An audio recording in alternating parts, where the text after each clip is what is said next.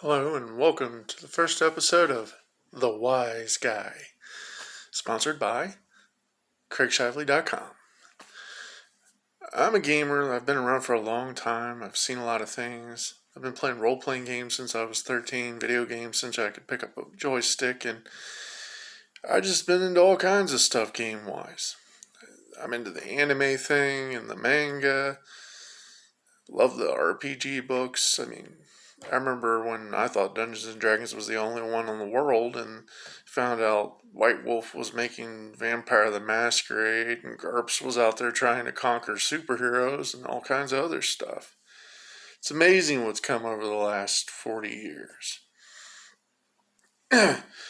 But for this first introduction, I think I should really take the heart of gaming from me, which is, of course, role-playing games.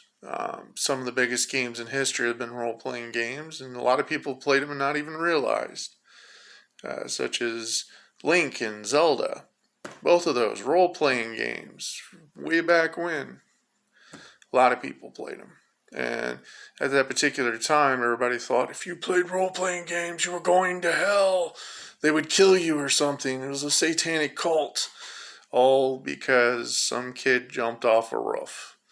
Thought he was a wizard. Had some serious mental issues to begin with. That was even stated, but people didn't bother to read the facts. Just, oh, he died because he played D&D. Jumped off a roof, thought he could do a feather fall spell. He didn't feather fall. Not a real genius had to have to figure that one out, right? What are role-playing games, though? Well, what they really are is a gateway into another world. This world isn't always so great. And a lot of people for years have always said, if you're looking for an escape, read a book, watch a TV show, listen to a story. Well, role-playing games are all of that, and a little bit more and a little bit less sometimes. You're not in complete control.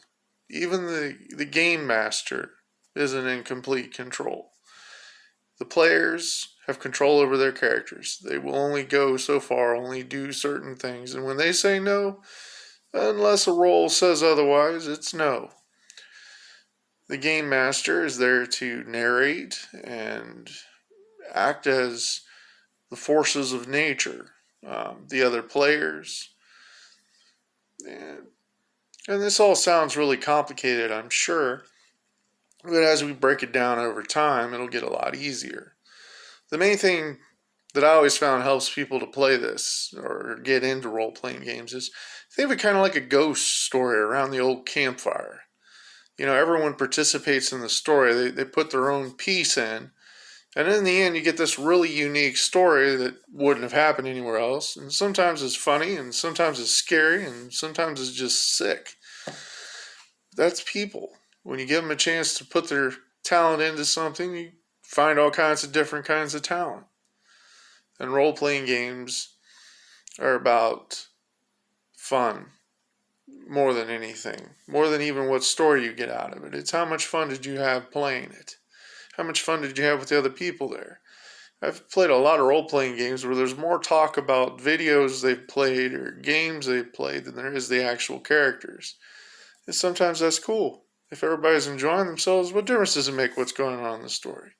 Other ones are very serious. People get real detailed into it. Oh, I swung that sword. I swung that sword. You said it was a miss, but I swung that sword. It had to do something. Well, okay, so you swung the sword and it fell on the ground. I've done that. People do lots of things, and there's lots of different entertaining factors that go into it. If you're really wanting to learn RPGs, though, and not just video games, but some of the actual role-playing games like Advanced Dungeons and Dragons, Pathfinder's another good one coming out. It's really coming up in the ranks, and there's been hundreds of other kinds of role-playing games made. White Wolf's Vampires the Masquerade is pretty famous, but there's others too. Big Eyes, Small Mouth is starting to get some credentials. There's GURPS, Generic Universal Role Playing System. Literally what GURPS stands for. It's a Steve Jackson's game, which means it's got a lot of humor in it. There's MERP, which isn't around much anymore. You can find it online, but I doubt you find it too much anywhere else except in an antique bookstore. It was Middle Earth Role Playing, MERP. It was the original, not the new Lord of the Rings stuff, but the one that came out way back when TSR was still around and people still called it Dungeons and Dragons even though it wasn't. But in a way, it kind of was Dungeons and Dragons, because without Lord of the Rings, I doubt Dungeons and Dragons would have came to be what it is. Gary Gygax was just monopolizing off of something that was already there, but that no one had fulfilled yet. That's what every game does that becomes popular. It just tries to monopolize on factors that are already there, something that's already desired that no one's filled in yet. And there's a lot of games like that. Collectible card games like Magic the Gathering, that's a good example of one. There was a demand for a game of uniqueness where you could build your own deck and do some amazing things, and it came. Richard Garfield made it. Now it's one of the biggest money-making games in the history of the world. It outranks role-playing games and probably just about every other kind of game you can imagine. And it's owned by Wizards of the Coast, which is owned partly by Hasbro and some other conglomerates. It's been turned, a lot of people say, into more of a moneymaker than anything else, but it's a collectible card game. It's going to be a moneymaker, and it's going to have a lot of people that don't like the fact that it's a moneymaker. It is expensive to stay uppity up on it. But if you just want a casual game here and there, it's a pretty fun game. And honestly, that's what it was originally designed for. It became way more popular than it should have been. And I'm starting to stray off topic now. Role-playing games. I've covered a little bit about some of the expanses of games in general. I think it's time we dig into the actual heart of role-playing a little bit more. When you want to become a role player, you're going to have a character sheet. And those are pretty easy to get a hold of because most companies give the character sheet away for free.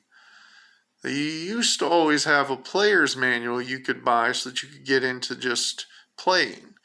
But in recent years, they've found it's much easier and cost-effective to create a core rules book for most of them. Now, D&D still follows the old rules, and they've got a player's manual. But Pathfinder, for instance, went with the core rule book. Most of the Fantasy Flight Games role-playing games come with a core book now. And Pathfinder has another one called Starfinder, and it comes with the core rule book. Big Eyes, Small Mouth comes with the cool core rule book. Sorry. Vampires the Masquerade, on the other hand, is a little bit different. They have a book that easily could be considered core rules, but it's not actually called that. Theirs is very different because it goes from a storyteller point of view instead of the typical role-playing game. There are others that are like that. The new version of Star Wars has a core rule book, and it is also, just like Vampire the Masquerade, more of a storyteller book. Now, you're probably wondering what I'm talking about, and I'll go into a little more detail before I just call this a day and end this one up, and we'll talk more about some role-playing stuff next week. This first episode is more of a test and something to put up there to see what's going to happen. I hope a lot happens.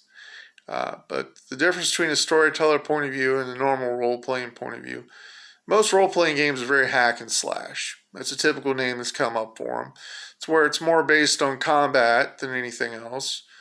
Then you've got storyteller, where it's more based on the story than it is anything to do with any ability or action that the characters themselves take. The characters put in what they want to do in the story, the dice are rolled, and the story is spun by the dungeon master or game master or whatever else you want to call them. And that's the way it goes for those two. Now, most people in most of your role-playing games try to get somewhere in between those two. Somewhere between a hack and slash and a storytelling. So that you got a little bit of combat and the mechanics that work it out But you also got some storytelling going on, probably some puzzles to solve too. And I think that's going to conclude it for today. A nice little short video, sums up a little bit about what role playing is and some of the different kinds. Hope to see you on the next episode of The Wise Guy.